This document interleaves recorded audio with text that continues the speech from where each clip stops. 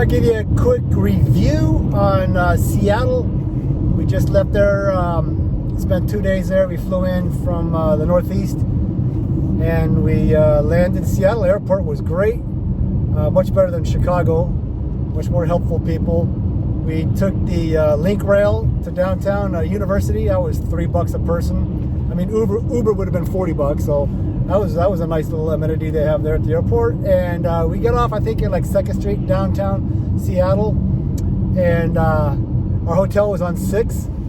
So we turn around the corner. So we get out of the University station, and we start to walk to the corner to look up to see where 6th Street was. And right away, there's this homeless guy talking to himself, like super agitated. It made me kind of nervous, you know, because I'm here with my daughter. And he locked eyes on me. And so I'm like, hey, what's up, what's up? And he's like, what's up, what's up? And I'm like, yeah, okay. And then he turned around and he kept going. We're like, okay, welcome to Seattle. And we look for 6th Street. I thought we were on Lombard Street, man. Straight up this hill. We're like, wow. So we had to, we climbed up the hill. We got to our hotel. We checked in. And by now, it's like 1 o'clock in the afternoon. We said, let's go to Pike's Place, right? So we walked down there. It's a nice, probably not even a mile, maybe a mile away from our hotel. That's a nice little walk. Hold on a second. It's driving me nuts. So we walked to Pike's Place. And it's not that crowded. It's December. It's COVID. There's not a lot of people there. We were able to get as many pictures without bumping into anybody. And then I asked somebody, where's Gum Alley? Because I had gum in my mouth. I gotta get this thing out of my mouth, man. So right below is Gum Alley, which kind of surprised me. It's more like Gum Tunnel. It's an alley, but it's covered. And sunlight is the best disinfectant. So to me, it was kind of gross down there. It was just kind of dank, gum everywhere. You're like, ugh. So I got rid of my gum. My daughter, she was a little more particular. She had to find she found the word love. Oh, is that what you were looking for? You saw that word love? No. Oh, did you know it was right next to the word love? Yeah. Okay. So we beat foot out of there. There's some graffiti, there's a lot of graffiti art in Seattle, which is not like, it doesn't look like it's unsanctioned graffiti, a lot of that, but it looks like just art. It's beautiful.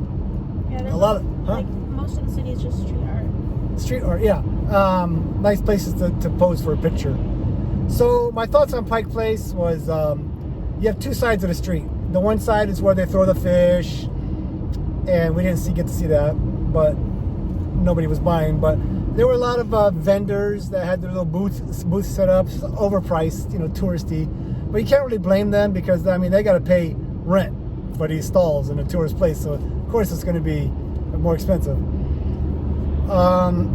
We went across the street like that, like the side, the ocean side of Pike Place kind of had this Faneuil Hall vibe, but when you cross the street, it was different. It was a lot of these places had their windows open, and a lot of storefronts that you can just stand outside and order things. They had that famous cheese place. There's a little bit of line to go in there. Thai, Asian pastries, the original Starbucks. The line wasn't that long, really, because COVID. It was unseasonably cold day. And but then we found that you can go into these little kind of like little cutaways, like little alleys, and then all of a sudden it opened up, and there was all these little different kinds of stores in there. It kind of reminded me of Tijuana. You go down these back alleys at Tijuana, and you turn in, and all of a sudden it opens up to all these different. Some of them are like open air places, stalls. So it had two different vibes, both sides of the street. And then we got our coffee and we went to go sit at this little park area where they got the teepees. And right away, there's like homeless people. It's just kind of ghetto, the boom boxes with all the F words, the N words, the S words. It's just so inappropriate. It's not an appropriate vibe for tourists to come sit down and enjoy. So Hannah and I were sitting on a bench, drinking our coffee, and somebody comes up with his girlfriend, and he's pointing at the bench next to us. He's like, "Look what they did!" And they rub their finger on it, and it's like the bench had been burnt. Had been set on fire. So I kind of went and I looked at our bench. I'm like, same thing. Hannah rubbed it with her finger. Look, Dad, it's all black. So I got up. We rubbed our clothes off, and then we kind of got some food. We made our way back to the hotel, relaxed a little bit. Then we went out to Chinatown just for the evening. We waited for it to get dark, almost dark. We got a nice picture by the Chinatown gate. She found this amazing bookstore that she wanted to go to. It's like what was the name of the place? You remember? Yeah, there's like an Asian supermarket in this bookstore. It was just all anime, that kind of stuff, you know. Amazing bookstore. Stationery, yeah. Wow, look at that scene. Beautiful. Oh, we're getting close to the Oregon coast. And so we walked around Chinatown, and there was like a bunch of places like massage parlors, you know. And they're all, some of them were boarded up, but they had these neon lights that said open. I'm like, open? And the windows were all shaded, but it said open. So it's one of those places, it's kind of like a shady kind of massage parlor. You go there, you know, happy ending, you know, it was like, what the heck? It kind of reminded me like when we were down by Pike Place, right downtown, they had topless bars. I'm like, are you kidding me, Seattle? And so the next day, we walked to the Starbucks Reserve on the other side of I-5. And we couldn't sit down anywhere. Beautiful facility, something, you know, people look forward to for years and years and years. There's only 3 reserves in America. Let's go there and get this exclusive coffee and this world-class pastries and sandwiches.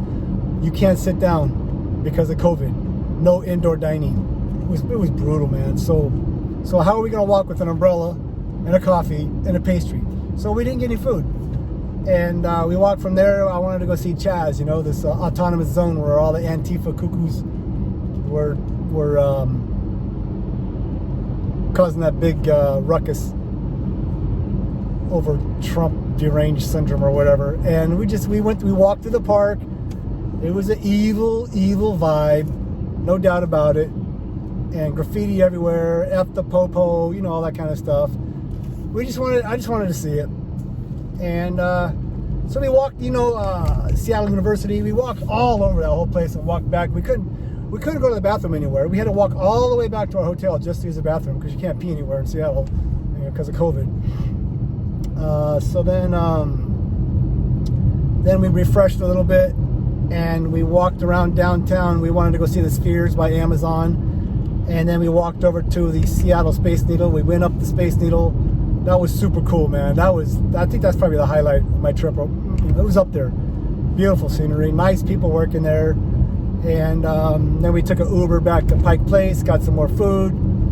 Oh man, there's a little Asian pastry shop there. You got to get the beef curry bun. Oh. The green tea sesame ball. How was that? Really good. No, man, I should have tried that. Really good. And so, what did we do after that, Hannah? After our second trip, we went back up. Went back to Pikes. Yeah, we went back to Pikes. We got some more food. Sisters. Oh, we ate like a Mediterranean sandwich place, really good. And then we just went to H Mart. Oh, H Mart at nighttime, yeah. I had to get some fruit, man. I had to get an apple, some grapes, man. I was just water. I had so much coffee, man. I just had to, you know. We couldn't sleep that first night. That's weird. There was some kind of, you know, polar magnetic pull on our body. It did a loop on us, man. But all in all, Seattle, I think it's perfect time. 2 days. I couldn't imagine staying there for another day. I would have said, you know, what's next? You know, there's only Pike Place, the Needle. Let's walk around downtown. It's very walkable, kind of like Boston. Oh, it's redirecting us. All right, I got to pay attention to my GPS. Anyhow, that's my review of Seattle. Kind of, you know, I mean, Hannah was feeling her Asian, half of her, because all the Asians, and you know, she really enjoyed that. But the homeless people, it kind of made me nervous, man. A lot of scary, shady people, man. Just like talking to themselves. One lady was walking, it was a guy, walking an imaginary dog. Oh, we kept crossing the street. Everywhere we were going, we would just cross the street like a crazy person on that side of the street. Let's cross. Anyhow, Seattle's cool, good food, kind of pricey, good for 2 days. Those are my thoughts.